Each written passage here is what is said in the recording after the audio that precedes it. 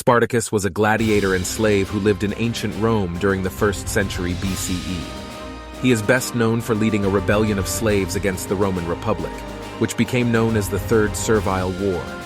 Although Spartacus and his rebellion were eventually defeated, his legacy has lived on as a symbol of resistance against oppression. Early life and appearance. Little is known about Spartacus's early life.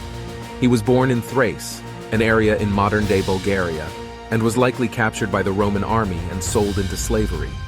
He was most likely trained as a gladiator in the gladiatorial school at Capua, which was one of the largest and most famous gladiatorial schools in Italy. Spartacus fought in the arenas of Rome during the late Roman Republic period, where he gained a reputation as a skilled and fearless fighter. As a gladiator, Spartacus was trained to fight using various weapons, including swords, shields, spears, and tridents. He was also been trained in hand-to-hand combat and other fighting techniques. Gladiators were often matched against one another in the arena in elaborate and theatrical combat, which was designed to entertain the crowds. Unfortunately, there is little historical record of Spartacus's appearance. The ancient historians who wrote about him focused more on his actions and his rebellion than on his physical appearance. It is known that he was a gladiator, which suggests that he was likely physically fit and strong. Some historians have suggested that he may have had Thracian features, such as fair skin and blue eyes, as this was typical of people from his homeland in Thrace. However, this is speculation, and there is no solid evidence to support it. Overall, Spartacus's appearance remains a mystery. The Third Servile War.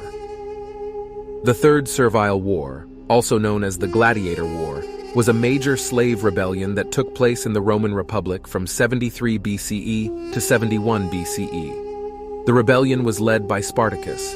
In 73 BCE, Spartacus and a group of around 70 other gladiators broke out of the Capuan school and fled to the nearby Mount Vesuvius, where they were joined by other escaped slaves and gladiators.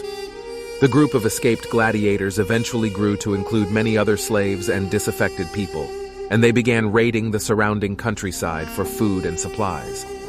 Over time, Spartacus's army grew in size and strength, and they began to attack Roman settlements and armies. Spartacus's rebellion was not just an attempt to gain freedom for himself and his fellow slaves. It was a larger revolt against the Roman Republic and its system of slavery. Many slaves were inspired by Spartacus's leadership and joined the rebellion, which eventually grew to include tens of thousands of fighters. The rebellion was not without its challenges. Spartacus's army was composed mostly of untrained and inexperienced slaves, and they struggled to maintain discipline and organization. Despite these challenges, Spartacus's army was able to win several victories against the Romans. In 72 BCE, the Roman authorities sent a force led by Praetor Gaius Claudius Glaber to suppress the rebellion. The command of the Roman legions during the war was initially given to the praetor Gaius Claudius Glaber, but his forces were defeated by Spartacus and his followers, and he himself was killed in the battle.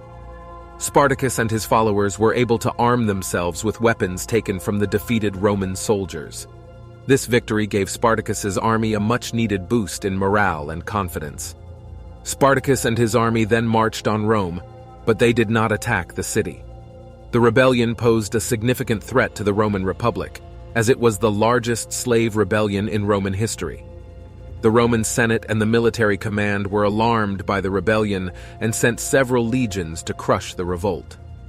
A Roman legion was a large unit of the Roman army that typically consisted of around 5,000 to 6,000 soldiers, known as legionaries. The Roman army was one of the most powerful and effective military forces in the ancient world, and the legions were at the heart of this military machine. Each legion was made up of 10 cohorts, which were further divided into smaller units called centuries. Each century was led by a centurion, who was responsible for the training, discipline, and morale of his men. The legionaries were trained to fight in formation, using tactics such as the famous Roman shield wall formation, known as the testudo, to protect themselves from enemy attacks. After Praetor Gaius Claudius Glaber's defeat, the command of the Roman legions was given to Marcus Licinius Crassus, who was a wealthy politician and general. Spartacus's army. There were several notable characters who fought alongside Spartacus in the Third Servile War. These individuals were all gladiators or slaves who had been trained in combat and were seeking freedom from their Roman oppressors. One of the most notable figures who fought with Spartacus was Crixus, a Gallic gladiator who led a separate group of rebels during the early stages of the rebellion. Crixus and his followers later joined forces with Spartacus's army and fought alongside them in several battles against the Roman legions. Another important figure in the rebellion was Gannicus, a former gladiator and friend of Spartacus, who played a key role in several battles against the Roman army. Oenomaus, a gladiator who had fought alongside Spartacus in the Capuan gladiator training school, also joined the rebellion and became one of Spartacus's most trusted lieutenants. There were many other notable figures who fought with Spartacus during the rebellion, including Castus, who was a former Roman soldier who joined the rebel army, and Mithridates, a Thracian gladiator who became one of Spartacus's most feared warriors. There was a hierarchy within Spartacus's army, which was composed of a mix of gladiators, slaves, and other individuals who had joined the rebellion. Spartacus himself was the overall leader of the army, but there were other important figures who played key roles in the rebellion. At the top of the hierarchy were Spartacus and his second-in-command, Crixus. Underneath them were several other leaders who commanded units of troops, including Gannicus, Oenomaus, Castus, and Mithridates. Beneath the leaders were the regular soldiers, who were divided into groups or cohorts. These cohorts were led by centurions, who were often former slaves or gladiators themselves. The soldiers in each cohort were expected to obey the commands of their centurion and fight together as a unit. There were also groups of non-combatants who followed the army, including women and children, who were responsible for cooking, cleaning, and other tasks. These individuals were generally protected by the soldiers in the army and were important for maintaining morale. The hierarchy within the army was not rigid, however, and there were frequent power struggles and disagreements among the leaders. After some initial success, the rebel army under Spartacus and Crixus had become divided in their goals and strategy, leading to a split in the rebel forces. In 72 BCE, Crixus led a group of rebels against a Roman army led by Lucius Gellius Publicola near Mount Garganus in southern Italy.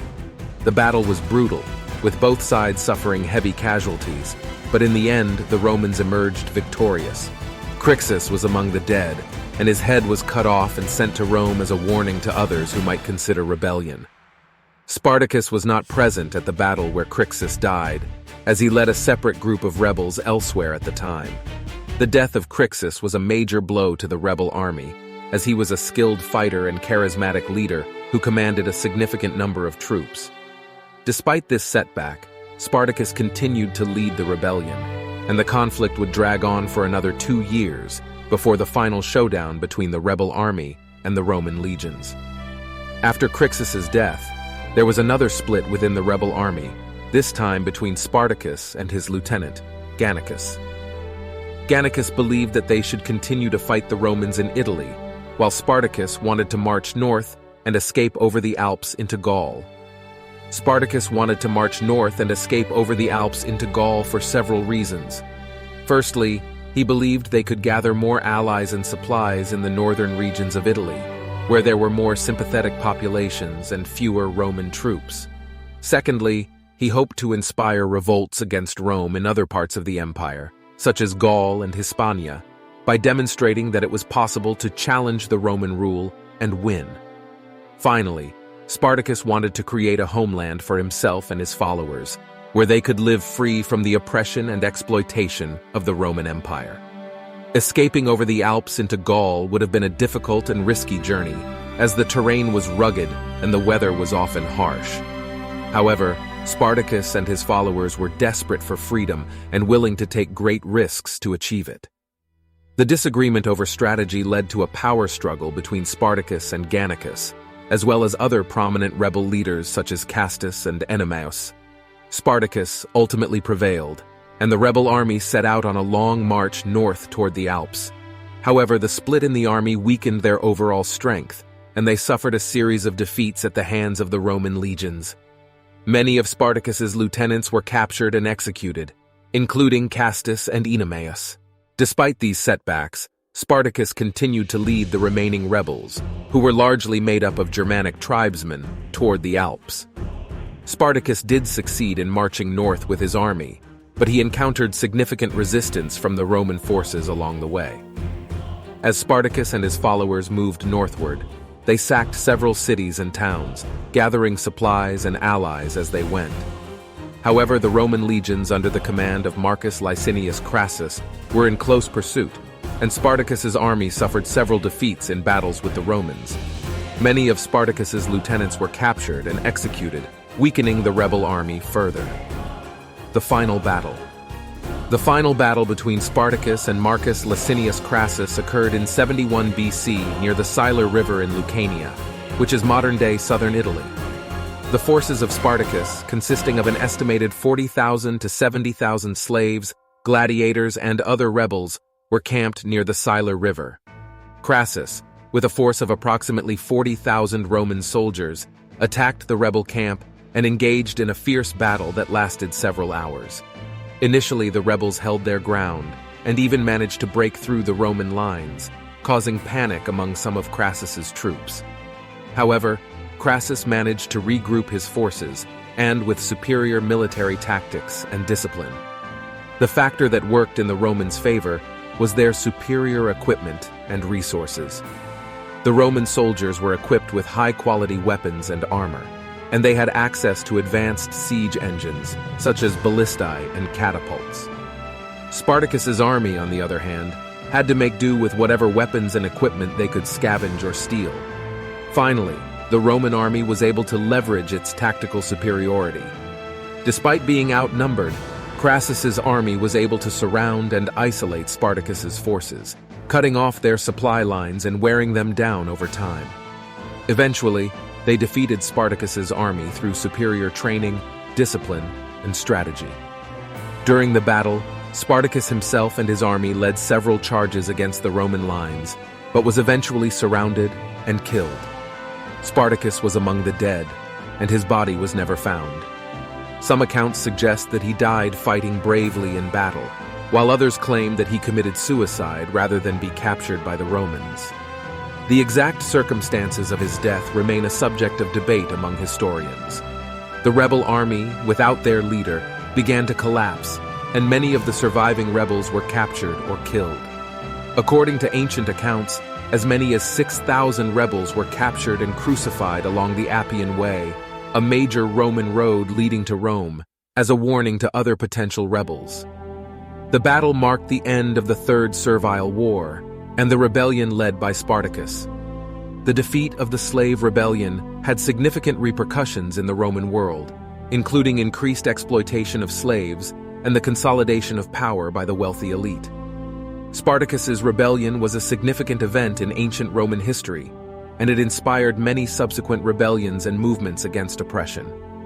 The slave uprising led by Spartacus showed that even those who were considered the lowest in society could stand up against their oppressors and fight for their freedom.